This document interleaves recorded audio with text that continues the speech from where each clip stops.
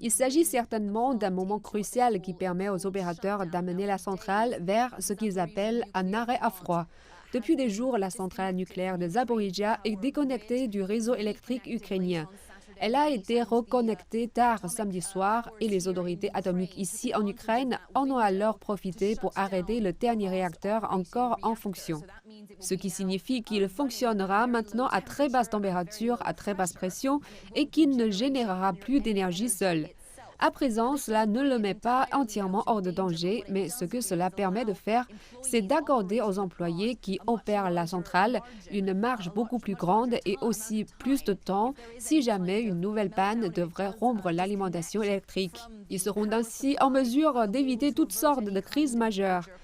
Néanmoins, la centrale requiert toujours une constante alimentation électrique, ce qui est loin d'être garanti avec des bombardements qui sont encore signalés dans la région. Mais selon les régulateurs ukrainiens de l'énergie, des dispositions ont été prises.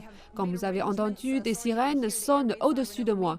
L'Agence de l'énergie nucléaire dit qu'elle a pris des mesures pour essayer d'amener davantage de générateurs au diesel à Zaporijia afin de s'assurer qu'il y a suffisamment d'énergie pour continuer à faire fonctionner la centrale, même si elle ne peut pas être connectée au réseau électrique.